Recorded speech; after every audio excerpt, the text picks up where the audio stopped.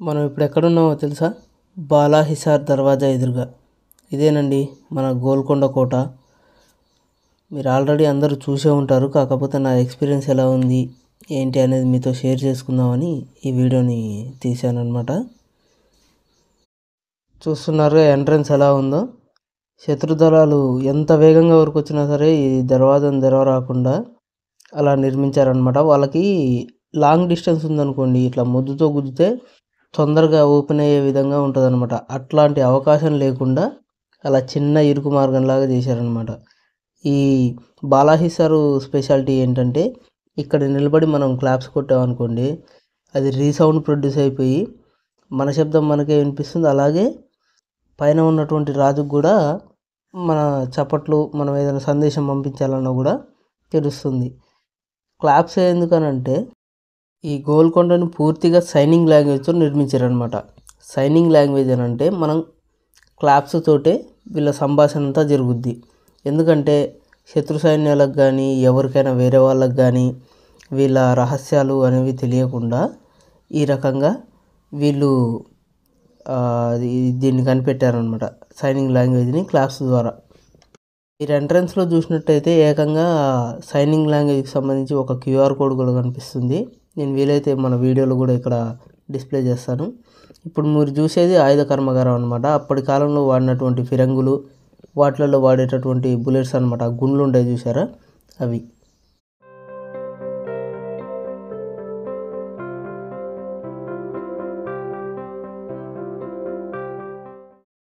ఇక్కడ మనం ఆర్కిటెక్చర్ చూసుకున్నట్టయితే హిందూ ముస్లిం ఆర్కిటెక్చర్ లాగా కనిపిస్తుంది అనమాట. ఆ పక్కన కనిపించే బిల్డింగు అది వాళ్ళు అప్పటి కాలంలో నమాజ్ చేసుకునేందుకు వీలుగా నిర్మించుకున్నటువంటి బిల్డింగ్ అనమాట. ఇక్కడ మనకు కనిపిస్తున్న గోడనే ఆయుధ కర్మాగారం అనమాట. లోపలికి వెళ్ళడానికి వీలు లేకుండా మొత్తం క్లోజ్ చేశారు. ఒకవేళ ఓపెన్ ఉంటే ఒక ఫిరంగి తెచ్చుకుందాం అనుకున్నాను నేను. ఇంకా లోపలికి వెళ్ళి ఏమేమి ఉన్నాయి ఏంటి అన్నీ చూద్దాం. యాక్చువల్గా నేను వెళ్ళే టైంకి అన్నీ చాలా వరకు క్లోజ్ అయిపోయి ఉన్నాయి. బుర్జుకు పక్కన కనిపించేది వాళ్ళు ఉండేందుకు, అంటే ఆడవాళ్ళు ఉండేందుకు వీలుగా నిర్మించినటువంటి గది. ఇక్కడ కూడా ఒక సైనింగ్ లాంగ్వేజ్ ఉందంట. క్లాప్స్ ద్వారా ఇప్పుడు మీరు ఎవరినైనా పిలవాలనుకోండి, ఒక సైన్ లాంగ్వేజ్లో అంటే క్లాప్స్ 1 టైం కొట్టడం, ఇంకొకరిని పిలవాలనుకోండి 2 టైమ్స్ కొట్టడం, ఆ విధంగా నిర్మించారు. ఇదంతా మ్యాప్ ఇక్కడిది, గోల్కొండది. మొత్తం రాళ్ళతోటి కట్టిర్రు, ఏడంగా తెచ్చిర్రు ఈ రాయిని కానీ అప్పట్లో. అది చూడండి, దర్వాజా లోపల ఎంతలా దొంగ ఉందో అది లోపల. అంటే అవి తలుపులకు వాడేవాళ్ళ, దేనికి వాడేవాళ్ళు మీకు ఎవరికైనా తెలిస్తే కామెంట్ చేయండి. చూడండి, మొత్తం రాయితోటే. మనం ఇప్పుడేమో దోణులు అని చెప్పేసి రేకుల్ని వాటిని వాడుతున్నాం కదా వర్షపు నీళ్ళు పోవడానికి. ఆ కాలంలో కూడా మొత్తం రాయితోటే కట్టిరు చూడండి దాన్ని కూడా. అయితే దీన్ని గోల్కొండ అని పిలవడానికి ముందు దీనికి 2 పేర్లు ఉన్నాయన్నమాట. మంగళవరం, అప్పట్లో మంగళవరం అని పిలిచేవాళ్ళు. దాని తర్వాత గొల్లకొండ, దాని తర్వాత ఇప్పుడు మళ్ళా గోల్కొండ అని చెప్పేసి పిలుస్తున్నాం. అయితే 1143లో మానుగల్లు అనే రాళ్లగుట్టలో ఒక గొడ్ల కాపరికి దేవతా విగ్రహం కనిపించిందంట. అయితే ఈ వార్త అప్పట్లో ఆ ప్రాంతాన్ని పాలించే కాకతీయ రాజులకు చేరవేయడంతో వెంటనే ఆ పవిత్ర స్థలంలో రాజుగారు ఒక మట్టి కట్టడాన్ని నిర్మించారట. అయితే కాకతీయులకు, ముసునూరి కమ్మరాజులకు గోల్కొండ ఓరుగంటి సామ్రాజ్యంలో ముఖ్యమైన కోట అంట. ఇక్కడ కనిపిస్తుంది చూసారా, మొత్తం సైనికుల శిబిరం, మళ్ళీ అశ్వశాల, ఇవన్నీ ఇక్కడే ఉండేవి. అప్పట్లో రాతి కట్టడంతో ఈ కిటికీలు కూడా నిర్మించారు చూడండి. అప్పట్లో ఈ ప్రాంతాన్ని చెరసాలలాగా కూడా వాడేవాళ్ళట. ఏంటంటే శత్రు సైన్యాల్ని ఇక్కడే బంధించి ఉంచేవారట. చూడండి, ఇక్కడ నమాజ్ చేసుకునేందుకు వీలుగా ఇక్కడ ఒక చిన్నపాటి కట్టడం అయితే నిర్మించారు. ఎదురుగా మీకు ఒక 4 ఫిరంగులు కనిపిస్తున్నాయి చూసారా. అందులో ఒక ఫిరంగి మాత్రం చాలా స్పెషల్ అండి. ఎందుకంటే ఆ ఫిరంగిని పంచలోహాలతో తయారు చేశారనమాట. ఆ ఫిరంగిని దొంగతనం చేయడానికి కూడా ప్రయత్నించారు దొంగలు. కానీ దాని బరువును మొయ్యలేక దాంట్లో కొద్ది భాగాన్ని అయితే కత్తిరించి తీసుకెళ్లారు. ఇదిగో చూడండి, ఇదే ఆ ఫిరంగి. మీరు చూసినట్టయితే కొంత భాగం కట్ అయినట్టుగా కనిపిస్తుంది. కొంచెం పైకి వెళ్ళి చూద్దాం ఒకసారి. ఆ ద్వారాన్ని దాటుకొని ఒకవేళ ఇటుగా వచ్చిన వాళ్ళని ఈ ఫిరంగులతో దాడి చేసి అడ్డుకునే వాళ్ళు అనమాట. ఇదిగోండి, ఇదే ఆ పంచలోహ ఫిరంగి. కొద్ది భాగాన్ని అయితే కట్ చేసినట్టు మీకు క్లియర్గా కనిపిస్తుంది. ఇటు పక్క మనకు కనిపించే ఈ రాచమందిరాలు అనమాట. ఇక్కడ నుండి రాణిగారి మహల్కి నేరుగా దారి ఉందని చెప్పేసి అంటున్నారు. జనాలు కూడా ఇక్కడ నుండి వెళ్ళేందుకు వీలుగా ఈ నిర్మాణాన్ని అయితే చేశారనమాట. అప్పట్లో చాలా డెకరేటివ్గా ఉండేదట ఇది. ఇప్పుడు ఆ పైకప్పులన్నీ ధ్వంసం చేయబడ్డాయి పూర్తిగా.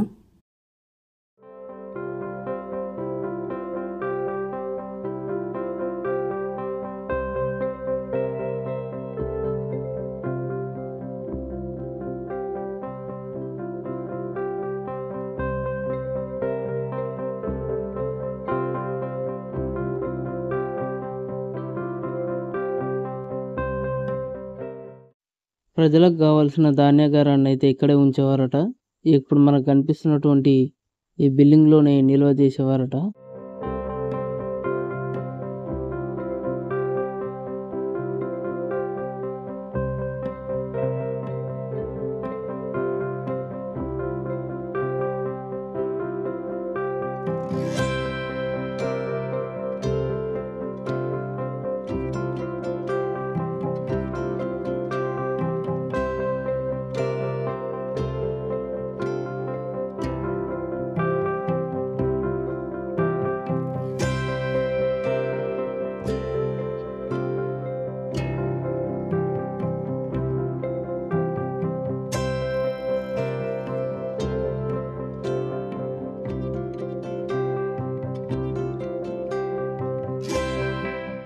ఇక్కడ పైన మనకు కనిపిస్తుంది వచ్చేసి తారామతి మసీద్ అని చెప్పేసి అంటారు. ఆ మసీదుని తారామతి అని నిర్మించారట.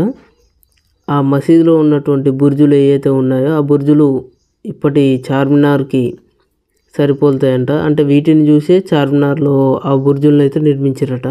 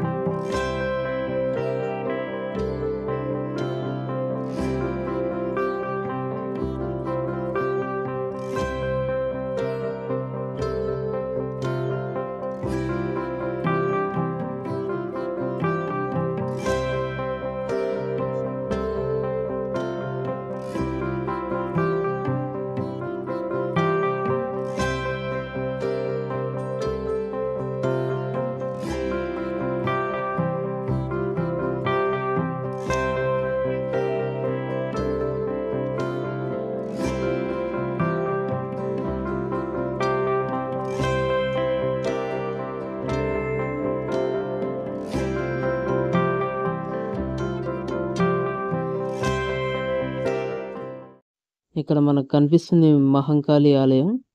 ఒకవేళ బోనాల టైంలో వచ్చినట్టయితే మనం ఇంత ప్రశాంతంగా వెళ్ళి దర్శనం చేసుకొని రాగలిగేటోళ్ళం కాదు. ఆ రష్లో చాలా ఇబ్బంది పడేటోళ్ళం. ఇప్పుడైతే దర్శనం చాలా సులభంగా అయిపోయింది.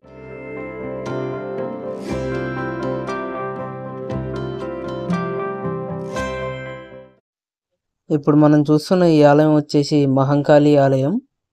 అప్పట్లో అక్కన్న మాదన్నల కోరిక మేరకు తనిషా ఈ మహంకాళి ఆలయాన్ని కూడా ఇక్కడ నిర్మించారట. ఆషాఢ మాసంలో మనకు బోనాల జాతర ఇక్కడ జరుగుతుంది. గోల్కొండ బోనాలు అంటారు కదా, యాక్చువల్గా ఆ గోల్కొండ బోనాలు అనేది మనకి ఇక్కడి నుంచే మొదలవుతాయి అన్నమాట.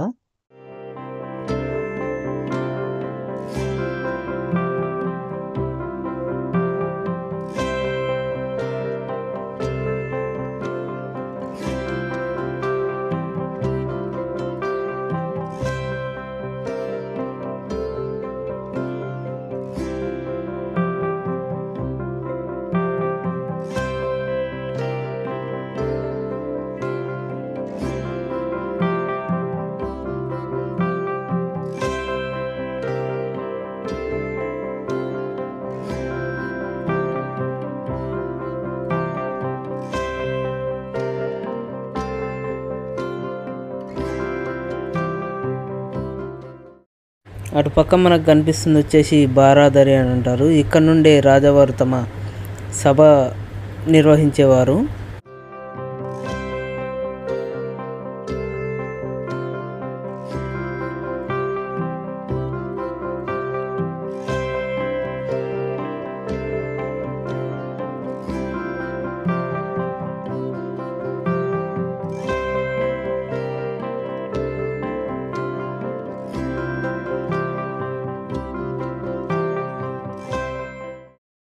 సుమారు సముద్ర మట్టానికి 400 నుండి 2000 అడుగుల వరకు హైట్లో ఉంటుందంట.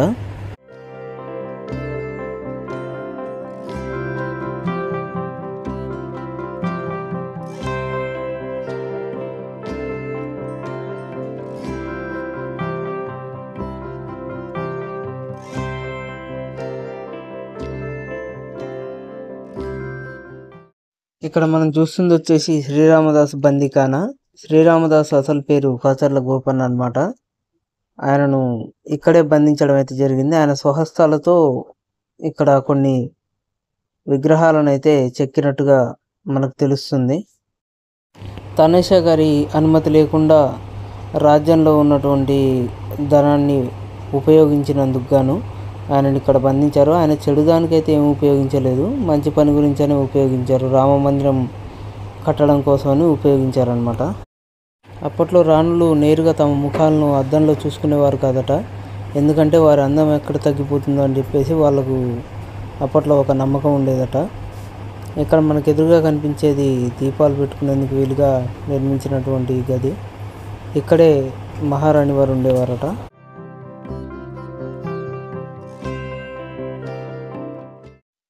ఇక్కడ మనకు కనిపిస్తుందంతా నాట్య మందిరం అనమాట, అంటే డ్యాన్సింగ్ హాలు. అప్పట్లో ఇక్కడే రాజులు రాణులు ఇక్కడే కూర్చొని నర్తకిలు నృత్యం చేస్తుంటే కూర్చొని చూసేవారట.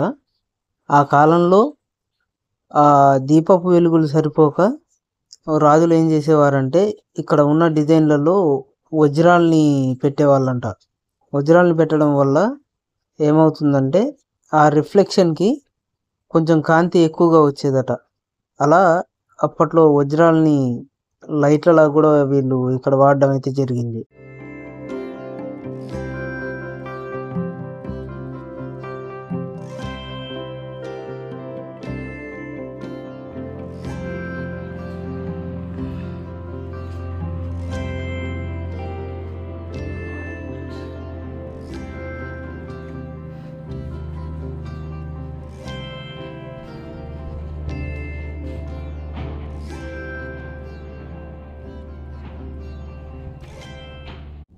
ఇక్కడ ఇది దేనికి సంబంధించిన నాకు అర్థం కాలేదు. ఎందుకంటే లోపలికి వెళ్ళడానికి వీలు లేకుండా అయితే ఒక కొన్ని రాడ్లు అయితే అడ్డం పెట్టారు. ఇదేంటిదో అసలు కరెక్ట్గా అర్థం కావట్లేదు. లోపలికి వెళ్ళి చూద్దామనంటే ఇటు పర్మిషన్ కూడా లేదనమాట.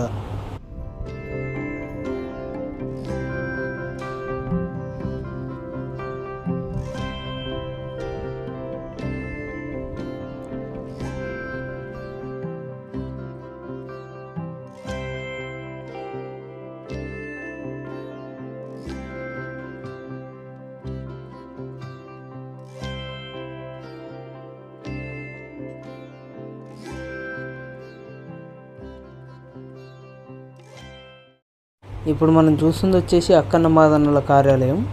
ఇక్కడ మీరు హుక్స్ లాగా చూస్తున్నారు కదా గోడలకి, అవి మన కాగడాలు, లైటింగ్ కోసం కాగడాలు పెట్టుకునేందుకు వీలుగా అయితే వాటిని అలా పెట్టారనమాట.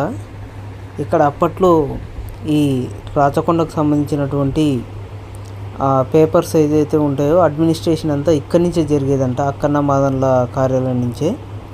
ఇక్కడ మీరు చూస్తున్నారు కదా గోడ మధ్యలో ఒక రంధ్రం, ఆ రంధ్రం నుంచి మనకు అప్పట్లో క్లాత్ లాగా అంటే డేరాల్ లాగా వేసేవాళ్ళట.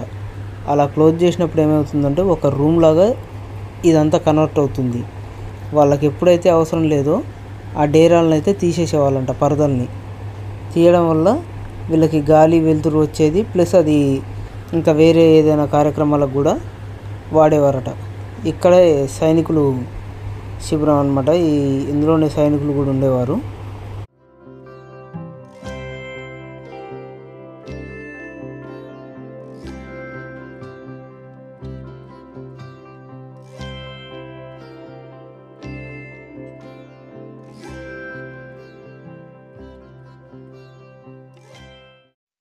ఇక్కడ మనకు కనిపిస్తుంది నగిన తోట అనమాట. ఆ మధ్యలో ఉన్న ఖాళీలలో అప్పట్లో బంగారాన్ని వజ్రాల్ని అలా రాసుల్లా పోసి అమ్మేవారట. ఈ కోటలో ఉన్నటువంటి స్త్రీలందరూ వచ్చి ఇక్కడికి వచ్చి కొనుగోలు చేసేవారట ఈ ప్రాంతంలోనే.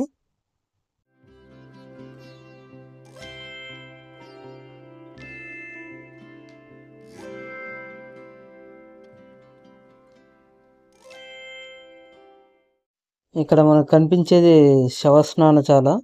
అప్పట్లో రాజులకి చనిపోయిన తర్వాతకి ఇక్కడే స్నానాలు అవి చేయించి ఇక్కడి నుంచి అంతిమయాత్ర చేసేవారట. ఓకే ఫ్రెండ్స్, ఈ వీడియో మీకు నచ్చిందని అనుకుంటున్నాను. మళ్ళీ వచ్చే వీడియోలో కలుద్దాం. ఇప్పటివరకు ఛానల్ని సబ్స్క్రైబ్ చేయని వాళ్ళు ఉంటే సబ్స్క్రైబ్ చేయండి ప్లీజ్.